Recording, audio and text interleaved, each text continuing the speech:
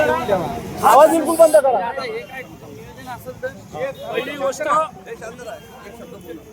पहिली गोष्ट मी ठाण्यातल्या तमाम रिक्षा चालक मालक संघटनेतर्फे आणि रिक्षावाल्यांतर्फे ट्रॅफिकचे DCP श्री शिरसाट साहेब यांचं मनापासून अभिनंदन करतो. त्यांनी एवढं चांगलं मार्गदर्शन केलं की रिक्षावाल्यांनी कसं वागलं पाहिजे, कशी रिक्षा चालवली पाहिजे, कसं कायद्यात राहिलं पाहिजे, या सर्व गोष्टी आम्हाला त्यांनी समजून सांगितल्या. आणि जो फ्रंट विषय आहे तो रिक्षाचा, तुम्ही एक्स्ट्रा पॅसेंजर बसवला, त्याला पहिली गोष्ट माझाच विरोध होता. हे मी खरं सगळ्यांसमोर सांगतो. कारण काय असं, तुमच्या रिक्षावर एखादा जर फाईन असला आणि तुमच्या योगाने जर त्या रिक्षाचा ॲक्सिडेंट झाला तर त्याची भरपाई कुणालाही मिळत नाही. हे पहिला तुमच्या डोक्यात घाला. आपण त्यांना दोष देऊ शकत नाही, कारण चुकी आपण करतोय. तर मला सन्माननीय शिरसाट साहेबांनी एक सांगितलं, इंजे साहेब तुम्ही पहिला 4 शीट बंद करा. म्हटलं साहेब मीच सांगितलंय, माझा कधीपासून विरोध आहे की बंद करा.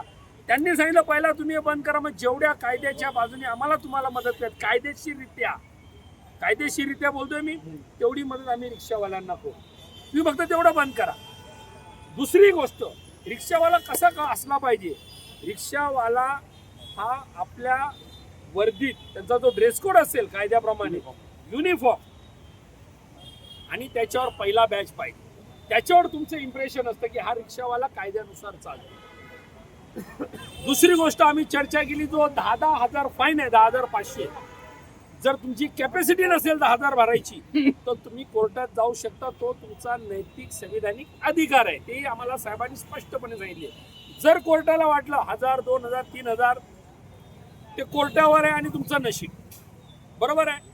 दुसरी गोष्ट, ज्या ज्या ठिकाणी स्टँडची आता आवश्यकता आहे, म्हणजे आपल्याला 2001 नंतर स्टँडचा सर्वे झालेला नाही, तोही साहेबांनी आपल्याला सांगितलं की तेही मी तुम्हाला करून देतो. पण हे सर्व करत असताना आम्हालाही रिक्षावाल्यांकडनं काहीतरी अभिप्रेत असतं की त्यांनी कायद्याच्या बंधनात राहून, कायद्याच्या चौकटीत राहून, कायदा न तोडता रिक्षा चालवली गेली पाहिजे. आणि ठाणे शहराच्या नागरिकांना व्यवस्थित सुख सुविधा आपल्या रिक्षा चालवण्याच्या माध्यमातून दिल्या पाहिजे.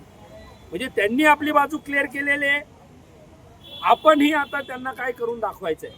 ह्या गोष्टी जेव्हा होतील, कारण काय तुम्ही नुसतं सांगा आम्हाला द्याच. तुम्ही जेव्हा मुलांना शाळेत टाकता, तुम्ही बोलता ना तुला एवढेच टक्के पडले पाहिजे, तुला एवढेच भेटले पाहिजे, तुम्ही आशा करता ना पोरांकडनं, कारण तुम्ही मुलाला देतायत. तसं ते आपल्याला देत आहेत रिक्षावाल्यांना. तुमची जबाबदारी आहे त्यांना रिझल्ट द्यायचं. साहेब बघा आता आम्ही व्यवस्थित चाललोय. त्यांनी आम्हाला व्यवस्थित समजून सांगितले. जे सांगितलं ते मी तुम्हाला शॉर्टकट सांगितले, कारण 1 तासामध्ये जेवढी चर्चा झाली तेवढी मी तुम्हाला सांगू शकत. पण तुम्ही ह्या ज्या छोट्या मोठ्या गोष्टी आहेत ना, त्याचं पालन करा. कारण त्यांना हौस नाही पावत्या फाडायची किंवा तुमच्यावर कारवाई करायची. आता काय रिक्षावाल्यांवर आहे लाख, 2-2, 3-3 लाख. आम्ही तोही विषय काढला.